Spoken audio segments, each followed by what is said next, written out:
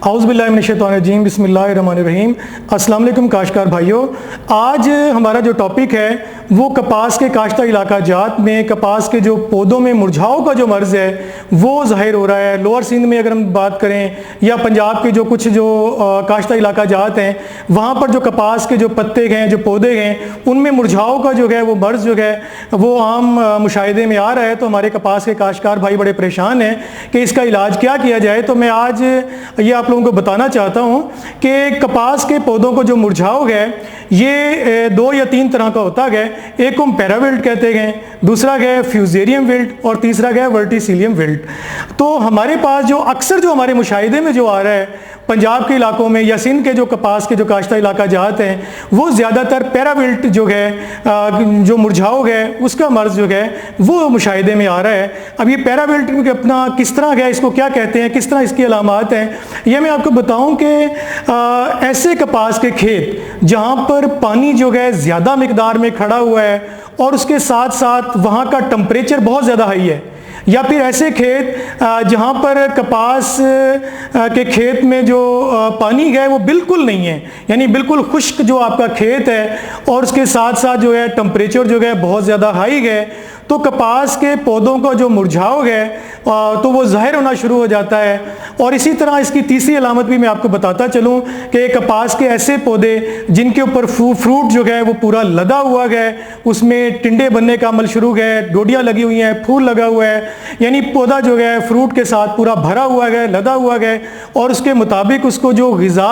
और जो पानी की जो है अगर उसको मुयस्सर नहीं है तो उस खेत में भी जो कपास के पौधे हैं या उसके जो पत्ते हैं वो मुरझाना शुरू हो जाते हैं, पत्ते लटक जाते हैं, पत्ते जो हैं वो ढलक जाते हैं। तो ऐसे लगता है जैसे उसमें जो उससे इस अलामत जो है इसे हम कहते हैं कपास का मुरझाना, और ये पैराविल्ट की अलामत होती है। और पैराविल्ट से मुराद ये इसमें ना कोई फंगस है ना कोई बैक्टीरिया है, ये एक फिजिकल डिसऑर्डर है। और इसका अगर जहाँ पे अगर किसी खेत में ये जाहिर होना शुरू हो जाए तो कपास के काश्तकारों को चाहिए कि वो फौरी तौर पर यानी इब्तदा में कोबाल्ट क्लोराइड 1 ग्राम जो है 100 लीटर पानी में मिलाकर वो पूरे खेत में जो है उसका स्प्रे कर दिया जाए। और इसी तरह जो है अब इसके बाद जो है आपने ये करना है कि 20 लीटर की जो पानी की जो टंकी होती है उसमें 40 ग्राम यूरिया मिलाकर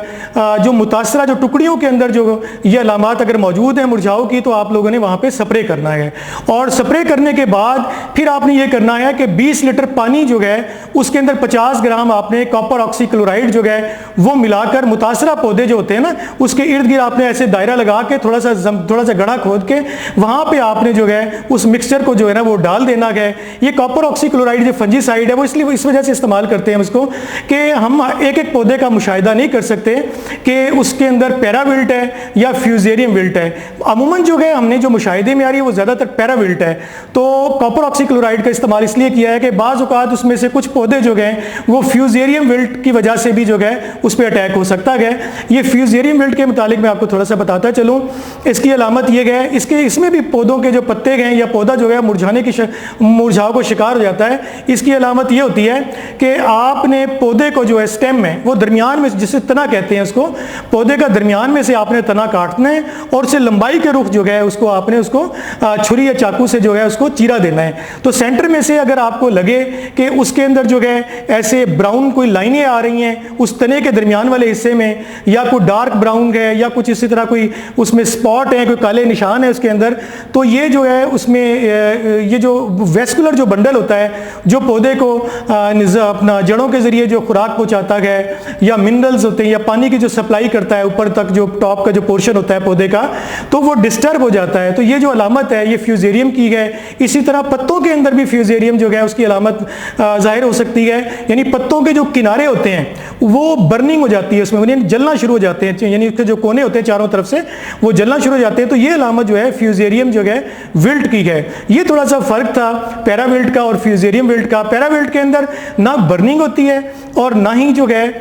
उसके अंदर वेस्कुलर बंडल का कोई इशू होता है, वो फिजिकल डिसऑर्डर होता है, उसके अंदर फंजीसाइड या बैक्टीरिया नहीं होता। जबकि जो हमारा फ्यूजेरियम विल्ट है उसके अंदर अपना फंगस होती है, उसमें अपना जो वेस्कुलर बंडल होता है वो काम करना छोड़ देता है और जो पत्ते होते हैं बर्निंग आ जाती है, जैसे मैंने अभी आपको बताया है। तो इसके लिए आप लोगों ने ये करना है कपास के काश्तकार भाइयों को कि आपने